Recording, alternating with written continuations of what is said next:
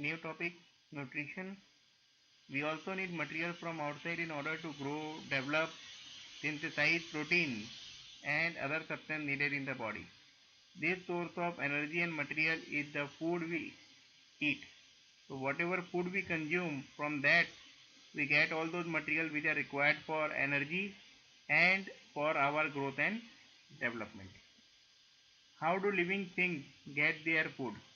So the general requirement for energy and material is common in all organisms, but it is fulfilled in different way. Different way means some acquired it by producing food, or you can say by photosynthesizing food, and some acquired by uh, eating some animal or eating some part of the plant or plant.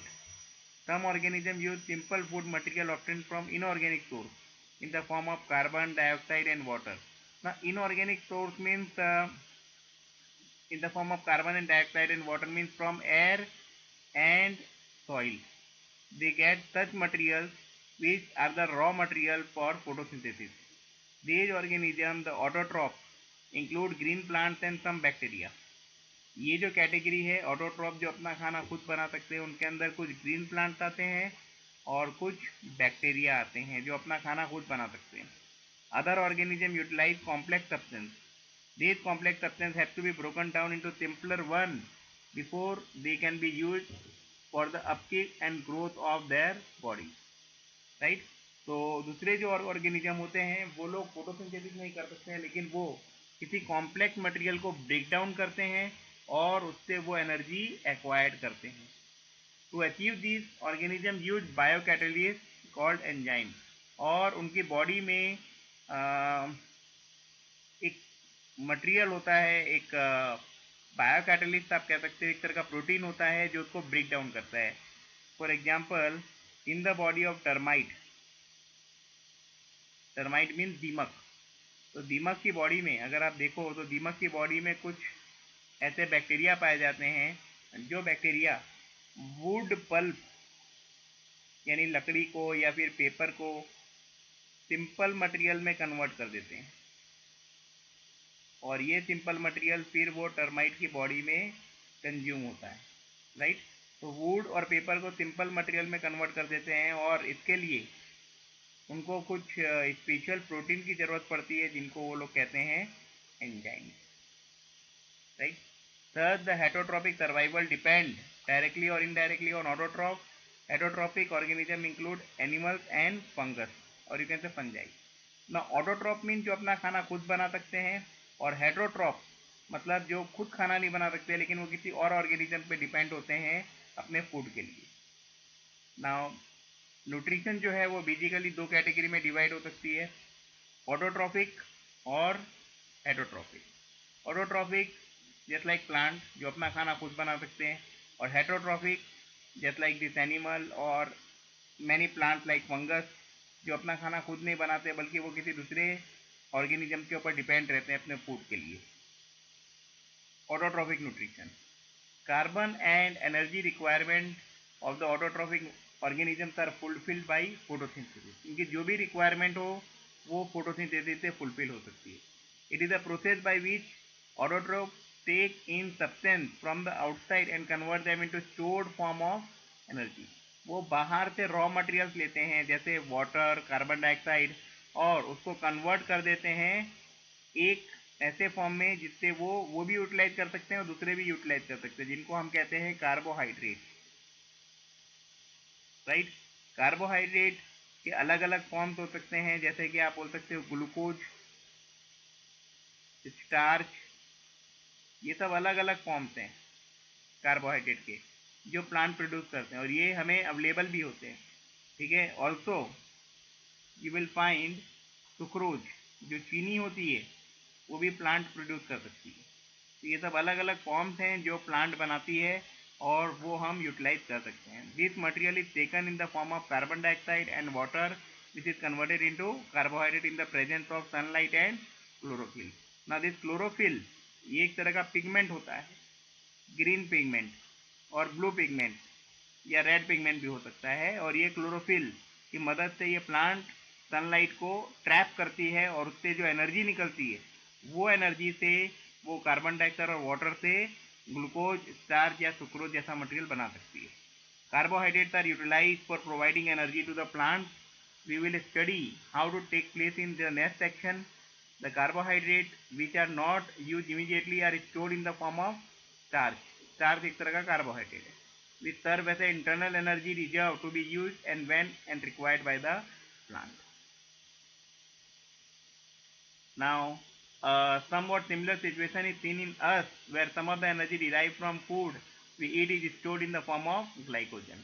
Glycogen हमारे liver के अंदर stored हो जाता है. जो भी extra food हमारे body में आता है, जो भी एक्स्ट्रा ग्लूकोज हमारे ब्लड में होता है, वो लीवर में जाके ग्लाइकोजन नाम के एक दूसरे कार्बोहाइड्रेट में कन्वर्ट हो जाता है. ग्लाइकोजन भी एक तरह का कार्बोहाइड्रेट है जो हमारे लीवर में स्टोर्ड होता है. Now reaction of photosynthesis. Now in this reaction of photosynthesis you will find carbon dioxide और वाटर मिलके ये बनाते हैं ग्लूकोज का मॉलिक्यूल C6H12O6. इसमें ऑक्सीजन भी रिलीज होता है और वाटर भी रिलीज होता है. ऑक्सीजन और वाटर ये बाई प्रोडक्ट होते हैं, ग्लूकोज के साथ बनते हैं फोटोसिंथेसिस में. The following event occur during this process. Absorption of sunlight bye chlorophyll. सबसे पहले तो क्लोरोफिल जो पिगमेंट है वो लाइट को एब्जॉर्ब करता है. Conversion of light energy into chemical energy and splitting of water molecule into hydrogen and water. ये वाटर मॉलिक्यूल को तोड़ता है और उसको H2 प्लस O2 में कन्वर्ट करता है. Right. Reduction of carbon dioxide to carbohydrate. और ये ऑक्सीजन है, ये ऑक्सीजन बाहर निकल जाता है और ये जो हाइड्रोजन होता है ये हाइड्रोजन कार्बन डाइऑक्साइड के साथ मिलके कार्बोहाइड्रेट में कन्वर्ट हो जाता है. These steps not need take place after one after other immediately. For example, desert plant take up carbon dioxide at night and prepare intermediate which is used up the energy absorbed by the chlorophyll during the day. लेकिन सारे plant में एक जैसा नहीं होता. ये कुछ ऐसा एक प्लांट है, सपोज ये एक प्लांट है जिसका नाम है कैक्टस. ये कैक्टस एक डेजर्ट में पाए जाने वाला प्लांट है. ये प्लांट में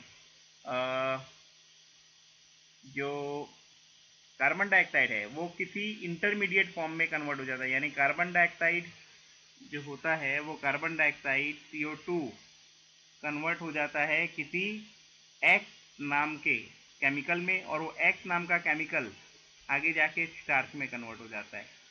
ये जो प्रोसेस होती है ये नाइट में होती है और ये जो प्रोसेस होती है ये डे में होती है. तो इस तरीके से डेजर्ट में रहने वाले जो प्लांट्स होते हैं वो इस तरह से फोटोसिंथेसिस करते हैं.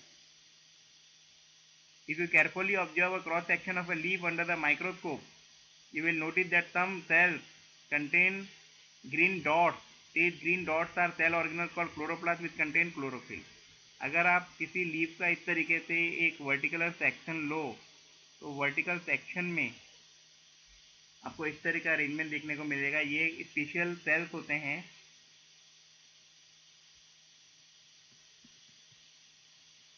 ये स्पेशल सेल्स हैं और ये सेल्स के अंदर अगर आप देखोगे तो ये जो आपको दिख रहे हैं ये स्फीयर जैसे, ये क्लोरोप्लास्ट होते हैं. क्लोरोप्लास्ट ऐसे बॉडीज होते हैं जिनके अंदर क्लोरोफिल नाम का पिगमेंट स्टोर्ड होता है. कुछ इस तरीके से. और साथ साथ में ये आप अगर देखो तो ये जो स्ट्रक्चर है इसको हम लोग स्ट्रोमेटा कहते हैं. ये स्ट्रोमेटा लीफ में प्रेजेंट होती है और वो ओपन और क्लोज भी होती है जिसकी वजह से वाटर वेपर के फॉर्म में पानी से बाहर वेपर के फॉर्म में पानी प्लांट से बाहर निकलता है. ये जो फॉर्म है ये ओपन है और ये वाला जो फॉर्म है ये क्लोज है. यहाँ पे कोई गार्ड सेल्स होते हैं. ये गार्ड सेल्स क्लोज या ओपन करते हैं स्ट्रोमेटा को, जिससे पानी बाहर निकलना है और कब नहीं निकलना है वो ये डिसाइड करती है. रात में ये क्लोज हो जाते हैं और दिन में ये ओपन हो जाते हैं. Now one activity is there. For this you have to take a plant like money plant or you can say croton. Croton means एक ऐसा प्लांट जिसमें वाइट या दूसरे वाइट या रेड कलर के स्पॉट्स होते हैं. Most common is money plant. तो हम एक मनी प्लांट लेते हैं, ये एक्टिविटी है 6.1। एक मनी प्लांट लेते हैं, मनी प्लांट के पत्ते लेते हैं, उनको हम डार्क रूम में रख देंगे 3 दिन के लिए, ताकि उसका जो भी उसने स्टार्च प्रिपेयर किया है वो स्टार्च पूरी तरह से यूटिलाइज हो जाएगा। Now then we keep the plant in sunlight for about 6 hours. 6 घंटे के लिए वो प्लांट को भी हम लोग सनलाइट में रखेंगे। बाद में वो लीफ को हम लोग प्लग कर देंगे, निकाल देंगे, मतलब तोड़ देंगे, और उसको बाद में एक पेपर के ऊपर, मतलब जो लीफ है उस लीफ को एक पेपर के ऊपर रखेंगे, और पेपर के ऊपर रखकर उसमें जहाँ जहाँ भी हमें ग्रीन रीजन जो भी दिखाई दे रहे हैं उसको हम लोग ट्रेस करेंगे। ओके, तो कुछ वो इस तरीके का होगा। मतलब अगर आप क्रोटन के पत्ते लेते हो या फिर मनी प्लांट के पत्ते लेते हो तो उसमें कोई कोई जगह आपको इस तरीके के ग्रीन रीजन दिखाई देंगे, तो ये आपको ड्रॉ कर देना है उस ट्रेसिंग पेपर के ऊपर।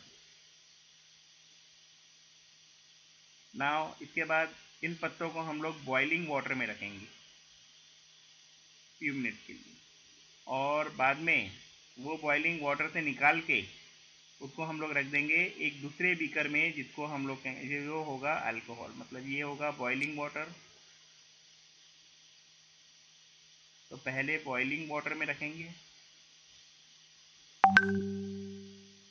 ओके, बाद में उसमें से निकाल के हम लोग एक दूसरे बीकर में रखेंगे जिसके अंदर ऑलरेडी अल्कोहल होगा,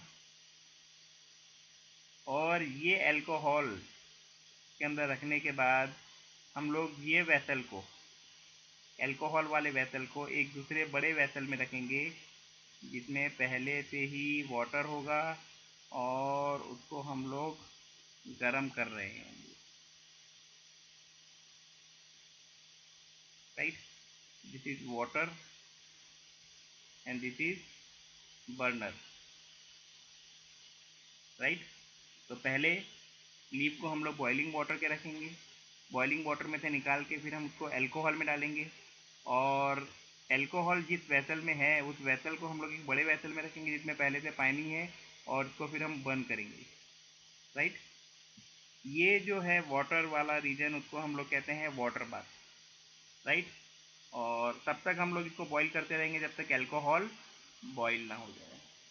राइट, फिर आप देखोगे कि धीरे धीरे धीरे धीरे इसका कलर, लीफ का जो कलर है वो डिसअपियर हो जाएगा। लीफ का जो ग्रीन कलर है वो पूरी तरह से निकल जाएगा। फिर उसके लीफ को हम निकाल के उसके ऊपर आयोडीन स्प्रे करेंगे, या फिर आयोडीन के सॉल्यूशन में डिप करेंगे, और आयोडीन के सॉल्यूशन में डिप करने पर जब उसे बाहर निकालेंगे तो वो कुछ ऐसा नज़र आएगा। इसमें आप देख सकते हो कि जहाँ पे भी ये ग्रीन रीजन था वहाँ पे ये ब्लू ब्लैक रीजन आ जाएगा, और ये ब्लू ब्लैक रीजन ये रिप्रेजेंट करता है कि जो भी हमने ऐसा रीजन सिलेक्ट किया था जहाँ पे क्लोरोप्लास्ट था वहाँ पे स्टार्च प्रोड्यूस हुआ होगा, और वो स्टार्च को जब आयोडीन मिलता है तो वो ब्लू ब्लैक में कन्वर्ट हो जाता है। इसका मतलब ग्रीन पार्ट जो होता है प्लांट का वो ऐसा होता है जहाँ पे क्लोरोप्लास्ट फूड प्रिपेयर्ड करता है। राइट, तो इससे हमें ये पता चलता है कि स्टार्च जो है वो ऐसे रीजन में बनता है जहाँ पे क्लोरोफिल